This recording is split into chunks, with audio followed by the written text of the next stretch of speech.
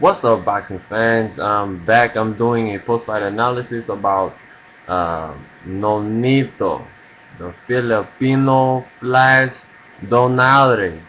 And then you have Toshiaki Nishioka, the Speed King, who he pretty much did not show up tonight, you know.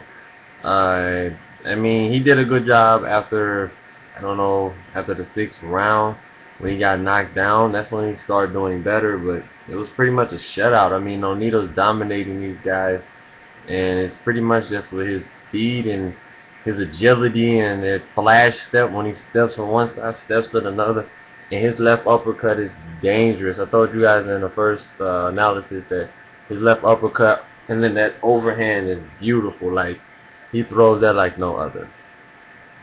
Nonito looks 5'7", 5'8" in the ring because he fights kind of tall, and his opponents they look so much shorter and skinnier and slimmer than him. You know, I mean the facts on Toshiaki Nishioka, you gotta give him credit, even though he barely threw 150 punches in this fight, which is not is very unlike him because he usually throws, I mean, 5, 6, 700 punches per fight. So it's very unlike him.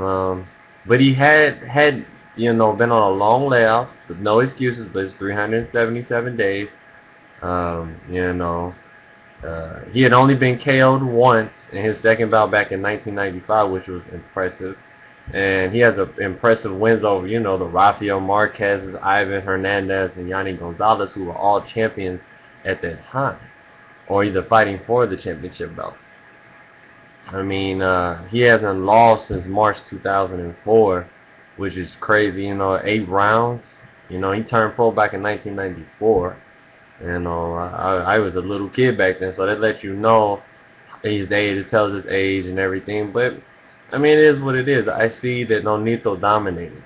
That's what I see. I like Nonito. I like his style. He got a lot of boos tonight, but fuck them. I mean, I just keep it real. Fuck them. Like, they don't understand boxing. They don't understand that you have to be smart. You have to go back to the basics, the fundamentals. The jab that he was doing, beautiful. He's throwing a good double jab, moving to the side, double jab, move to the side. He's my kind of boxer. He does everything wrong, but it's so right. And what I mean by that is he keeps his hands down. I mean, he does the Roy Jones type of thing too.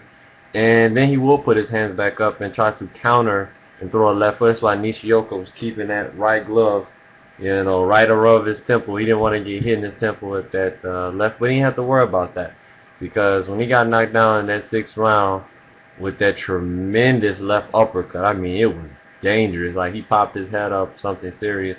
And I like Toshiaki Nishioka. I really expected a lot from him. So for him to not start fighting until the sixth round, really? And you telling Nonito, come on, fight me, like, come on, bro. Like, the left hand was there for you all night. Like, you should have threw it. It was there for you all night. A left straight, a left uppercut, left straight. And yes, Nonito's smart. He's not just gonna run in and be retarded. So to get inside, what do every great boxer have to do? You have to throw a jab. I mean, he threw a jab occasionally, threw maybe 10, 15 per round, which is not a lot for Toshiaki Nishioka, who throws 25, 30 to set up his power punches. He landed a couple left hands, but Donaire is just too big. It just seemed like he ate him. It was just nothing for him. And Donaire being ranked number 5 pound for pound in Ring Magazine, he should go down to at least number 2 or number 3. After this performance, the guy dominates at 122. It's scary.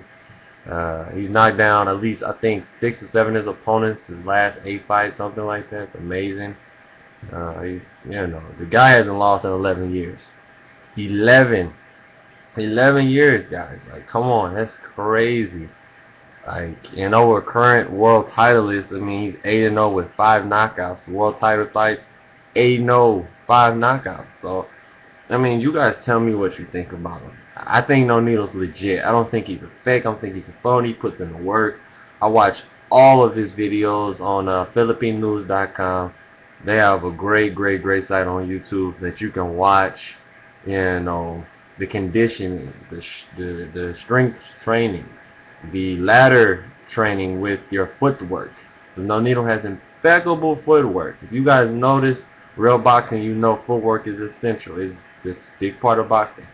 Nonito's insane ability to throw so many punches. 70 punches is a lot. I mean, you guys may not think it's a lot. I think it's a lot. 60, 70, even 80 punches and above is a lot of punches. So, and he throws them without getting tired. He knows when to throw. His timing, his pinpoint accuracy. I mean, it's amazing. You know, you could tell he really studied Bruce Lee and those Chinese movies back in the, back in the day. I'ma just say, I mean, this guy is something special. Really something special. You guys didn't get a chance to watch it. Check the fight out. I mean, it was great.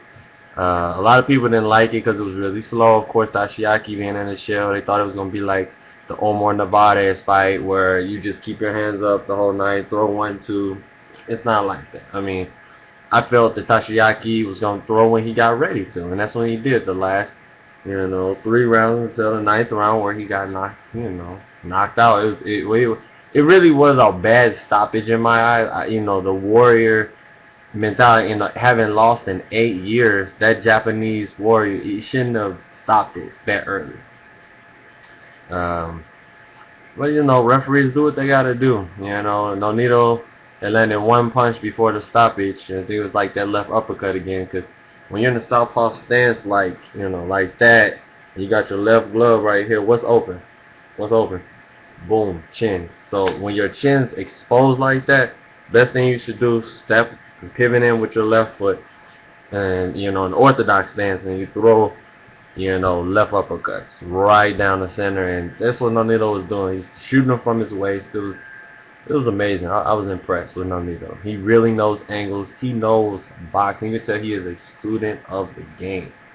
Now let's get to who he should be facing because he's so dominant. 3 names you should face before you go up to 126. Let's just riddle them off. Whoever wins. Mares. Two more left. Selmo Moreno, because he's such a great boxer. No matter if he loses or wins, you need to face him before you go to 126. Chimito is amazing. Or number 1 to me, Guillermo Rigondeaux. You face those, you are pound for pound the best in my eyes.